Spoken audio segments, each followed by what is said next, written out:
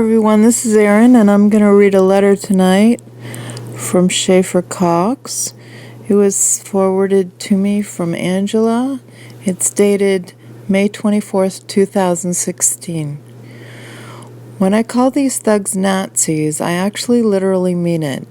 At the end of World War II, the Nazis saw that they were defeated. The U.S. was coming from the west, and Russia was coming from the east.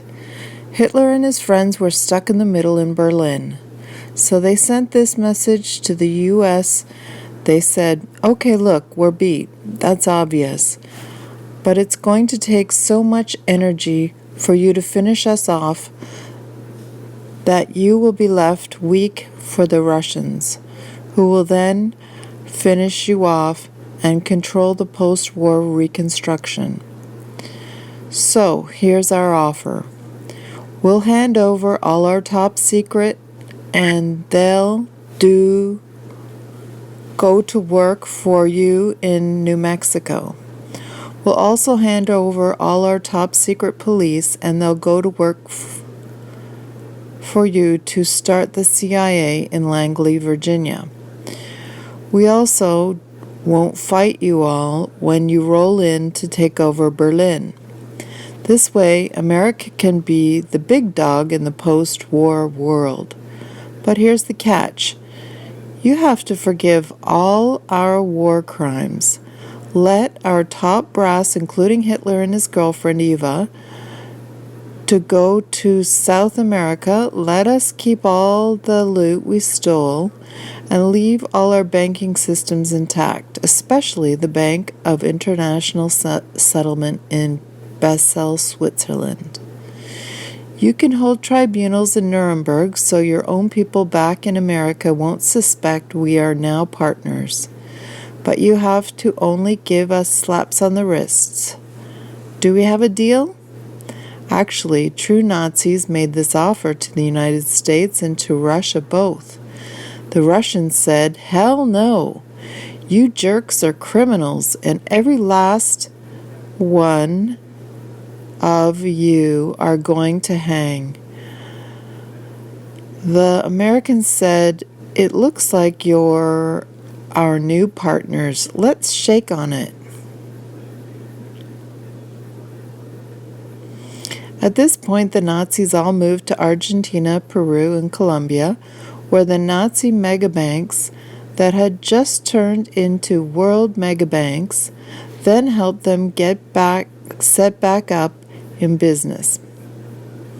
The Nazis had been developing combat drugs to help their fighters.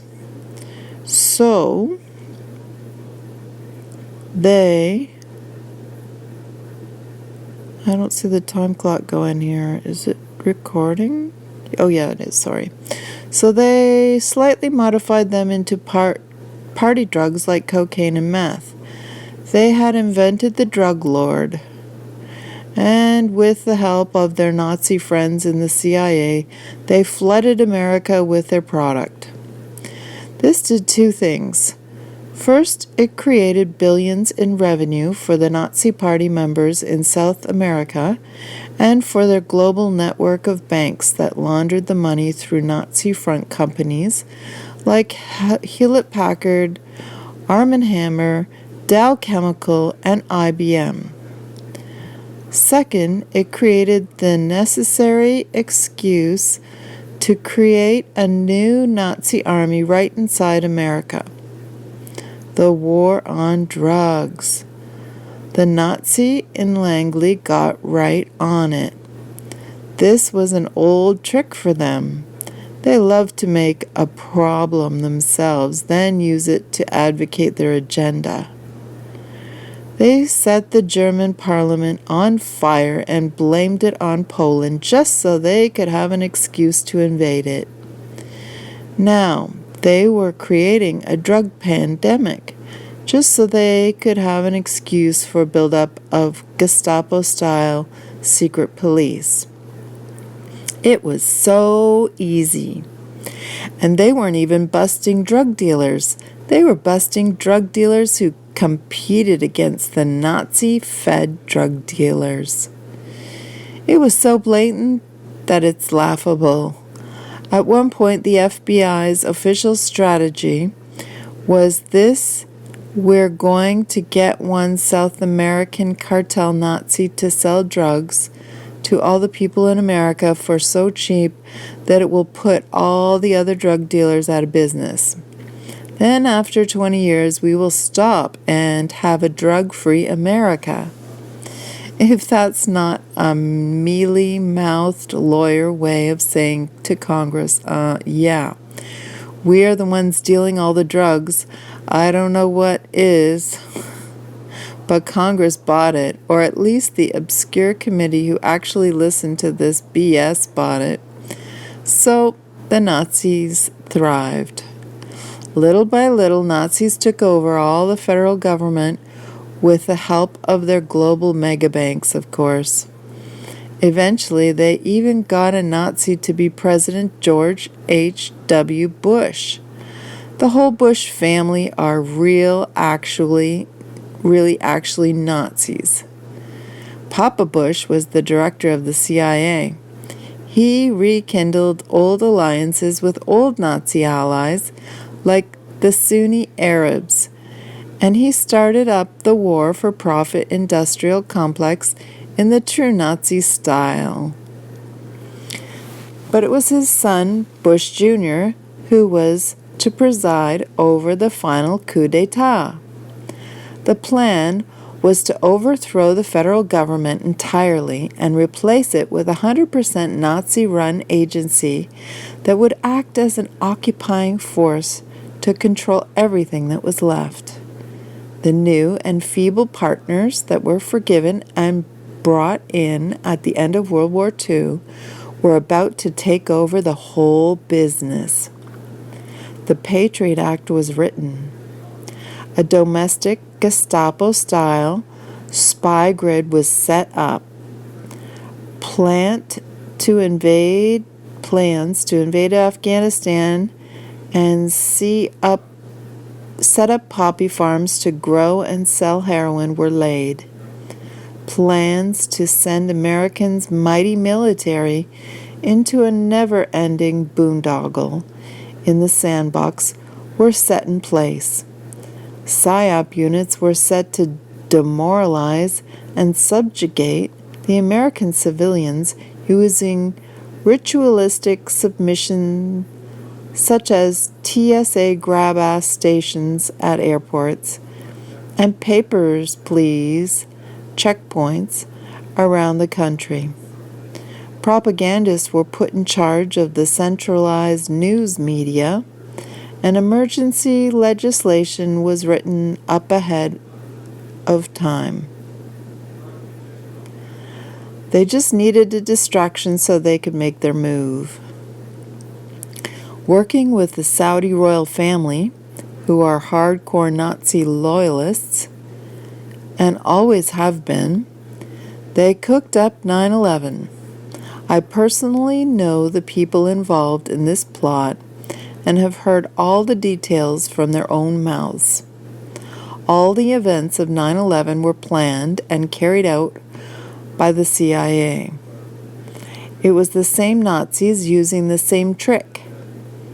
They did when they burned their own parliament building, and it worked perfectly just like it did every other time they used it.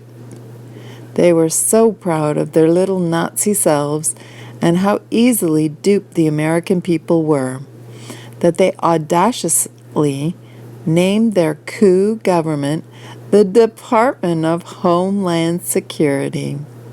A blatant salute to the Third Reich and a well-known Nazi catchphrase. That's how America's government got overthrown by Nazis. And now the Nazi old faithful foe, Russia, is rolling up her sleeves to finish the job she was prevented from finishing long ago. She's sick of these Amero-Nazis running around vandalizing humanity. Ukraine is a perfect example. The U.S. State Department and George Soros went in and hired actual swastika-wearing, Hitler-sealing, goose-stepping Nazis to overthrow the Ukrainian government with bloody shootout riots. All because Ukraine signed a free trade agreement with Russia, something they are free to do. The same thing is happening in Syria right now too. ISIS is just the Saudis backed by the Amero-Nazis at the CIA. And the entire police court prison machine in America is just the revised Gestapo, revived, doing what they do best, pillage and bully for profit. Do not think that if you comply, they will leave you alone. These Nazi predators, not governors, they will eat you alive. Not because you misbehaved, but because they are hungry, and you're an easy meal. They're getting rid of people like me so they can have their way with people like you.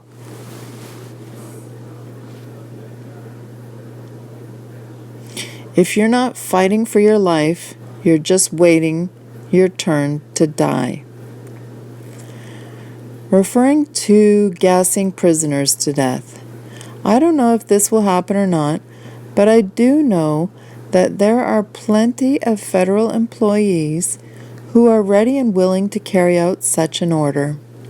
I know because I've met them and been told to my face that if the order comes down, they will do it. I can't say names and still get this letter to go out, but it was said with great pride, as if their willingness to murder for the feds was a sign of their dedication.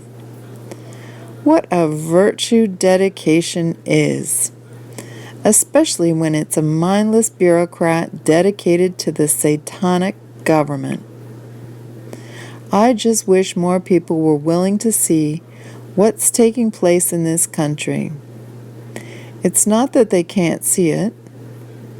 It's plain as day. It's that they don't want it to be true. So they look away.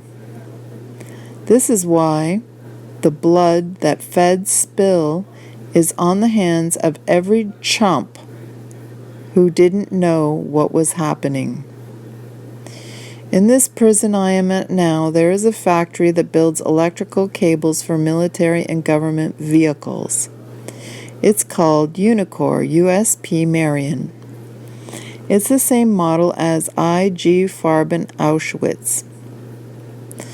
And it's going to end the same way because it's the same Nazis doing all they know how to do. Exploit captive labor to supply the elite's opulent lifestyle and fund their violent conquests. The most important thing to learn from history is that people don't learn from history. I could go even deeper and try to explain how the Lucifer-worshipping global megabanks are financing both sides of nearly every world conflict, and how the banisters at the top are not in it for the money. They already have achieved literally endless money now that they alone control the creation of credit. See, they don't need money. They've moved beyond that state of existence.